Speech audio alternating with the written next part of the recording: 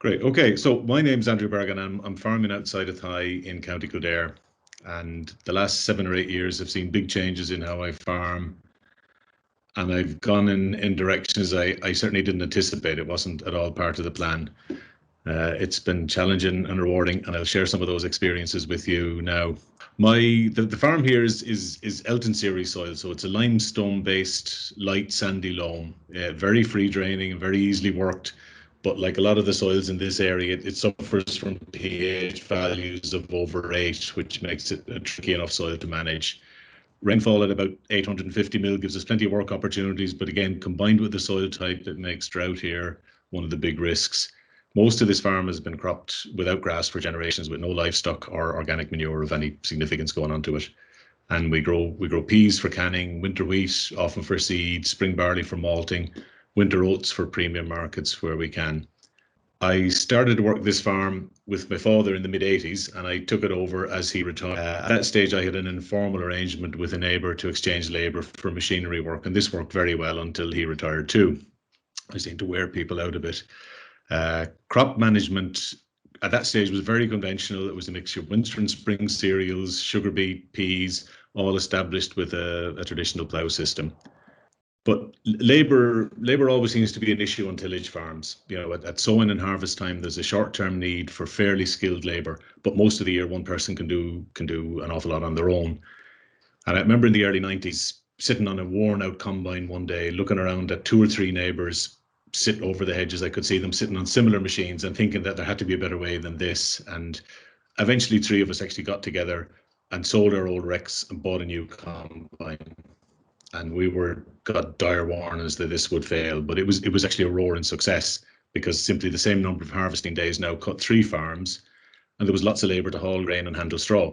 There was the comfort of a reliable new machine, and there was the support of a team working together.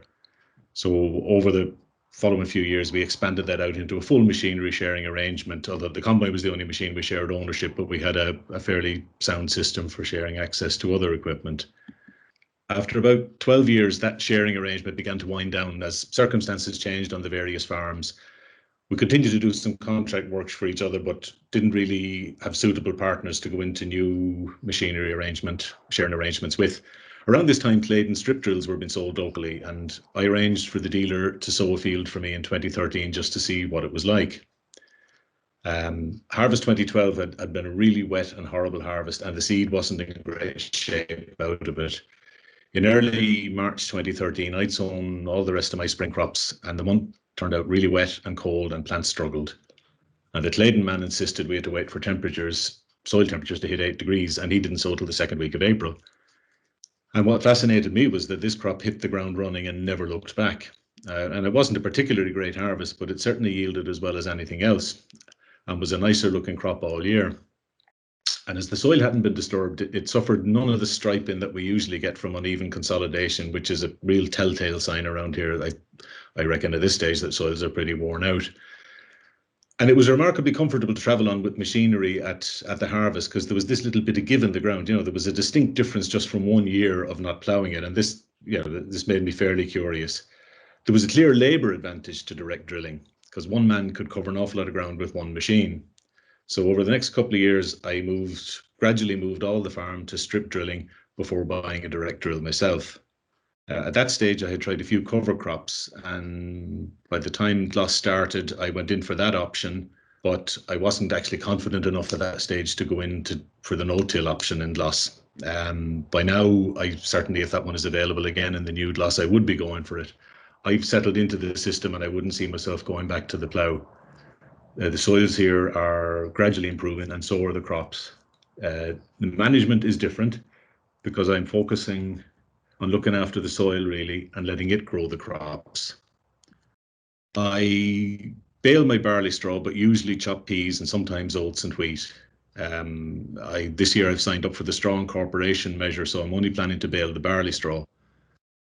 The return of nutrients and organic matter is a benefit, but actually in this system, what's just as important for me nearly is the lack of traffic involved in turning, baling, loading straw, because I'm really trying to avoid having to go back into soil to undo damage that we've done with machinery. And while the soil's capacity to take machinery is improving, if you even drive a car across my field, I'll see the track for the year. That straw that I'm chopping is taking less time to break down each year as the worm populations are growing, and it's actually, we're seeing mushrooms growing on some of it now as it degrades. Still takes a while, but it's improving. The other big advantage to the chopping is that I can get straight in after the combine with a cover crop. And what they say about cover crops around here is that a day in July is worth a week in August and the whole of September. And that's definitely my experience. Every day you can get that in earlier gives you more free returns, because the seed costs you the same whenever you put it in.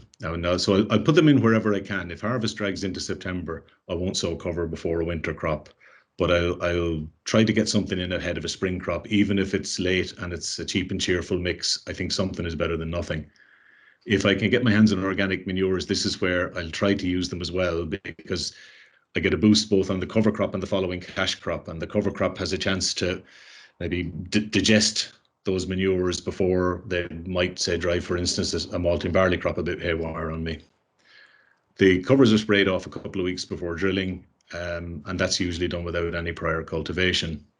So if we look at the principles of regenerative ag, they're actually very simple, and their application can really be as complicated as you want it to be. It treats the soil as a living medium. So you're working with the soil rather than trying to get the better of it with heavy machinery and an awful lot of synthetic inputs. So minimal soil disturbance is a big part of it, because when we move the soil, we're disturbing all the life that's in it. So if we want to work with that biology, we need to farm it in ways that do it less harm. Less soil disturbance kills less biology, and it builds on the natural structure that biology is creating in the soil for you. Maintaining living roots. Roots, not iron, it's a bit of a mantra in regenerative ag, but the roots will gently open up the soil. They'll ease compaction and they'll create channels for moisture and biology to circulate. And if you get biology going, the exudates from those roots will feed that biology, and it in return will solubilize minerals that are there in the soil, but they're not available to your crops otherwise. Living roots mean living shoots, and these are like a solar panel above the ground. So they're soaking up all that free energy, and at the same time, a cover crop, for instance, is physically protecting the soil from rain and wind all winter. And the more diversity of plants we have, the more functions they can perform, and the benefits seem to expand exponentially. And finally, the final, I suppose, leg on that stool is livestock and manures they produce, which can be an important part of a biologically active farm. My crops are generally more consistent now, as I don't have the unevenness from poor consolidation anymore, and headlands are as good as the bodies of the fields. And if fields are small, headlands can make up more of the acreage than we often think. So that's actually quite a big benefit.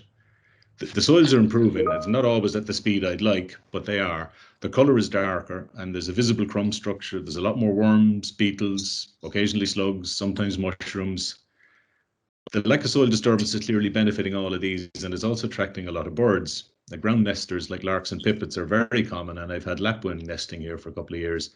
And the way I look at it, the visible life is at the top of the food chain, and it indicates good activity down at the levels that we can't see. The soil now holds on to water better. In 2018, my crop still died of thirst, but it took them a couple of weeks longer than my neighbour's crop.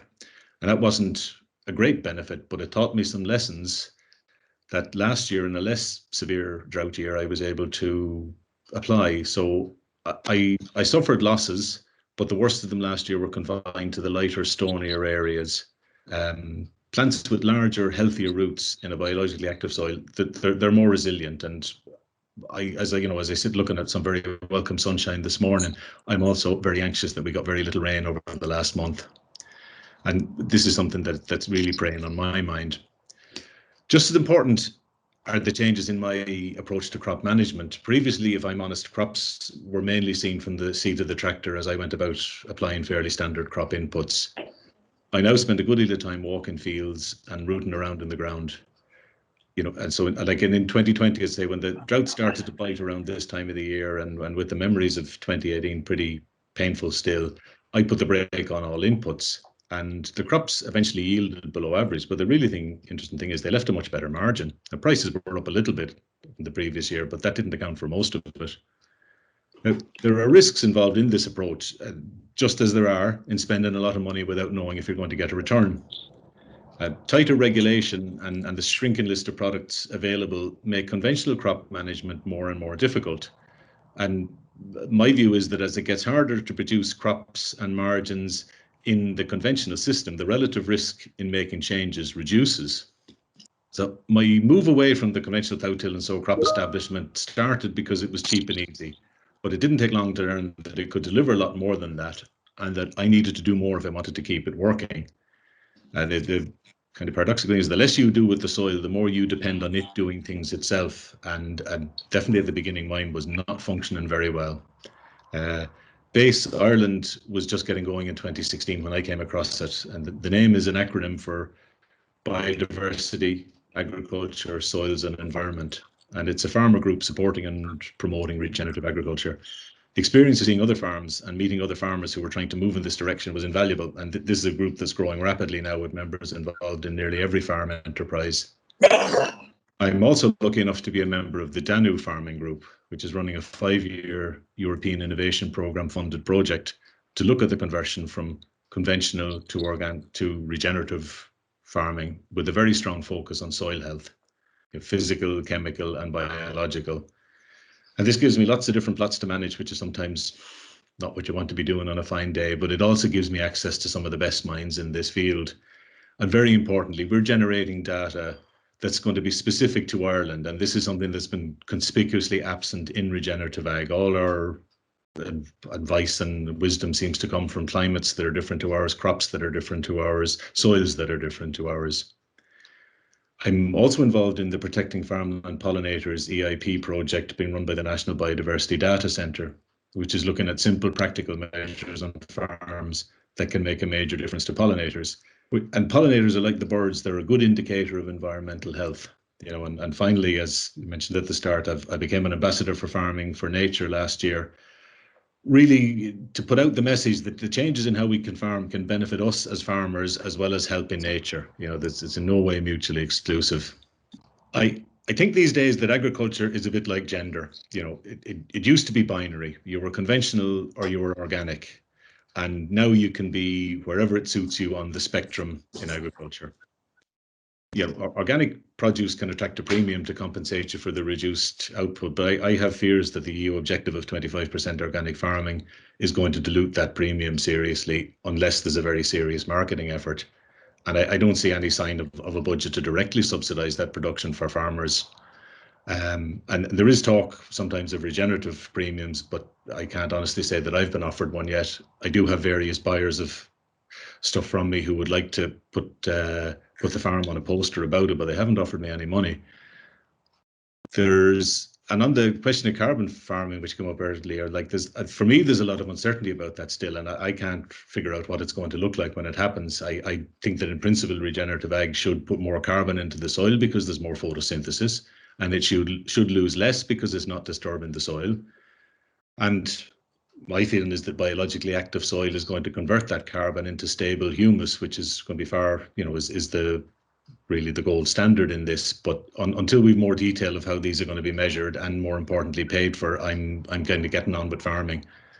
Aside from the organic objective, the farm to fork also has very ambitious environmental farming targets, and a lot of these are more easily met within a regenerative agriculture system. So incorporating elements of regenerative ag into your farm, they can save you labor, fuel, machinery, inputs, and if they also qualify you for environmental payments, it's a fairly compelling argument for me. Now, the flexibility of regenerative agriculture, it's good and bad. You can ease your way into it, which is great. You can select what fits your farm and what fits your personality. And there is growing support, and there's a very active community. But on the other hand, you're going to have to make your own decisions, and you're going to have to accept the responsibility that they won't all be right. And maybe, if all your decisions are correct already, this probably isn't for you. But I think if you're like me and there's room for improvement in your farming, regenerative agriculture can be very rewarding in every sense. Thank you very much, Mr. Chairman.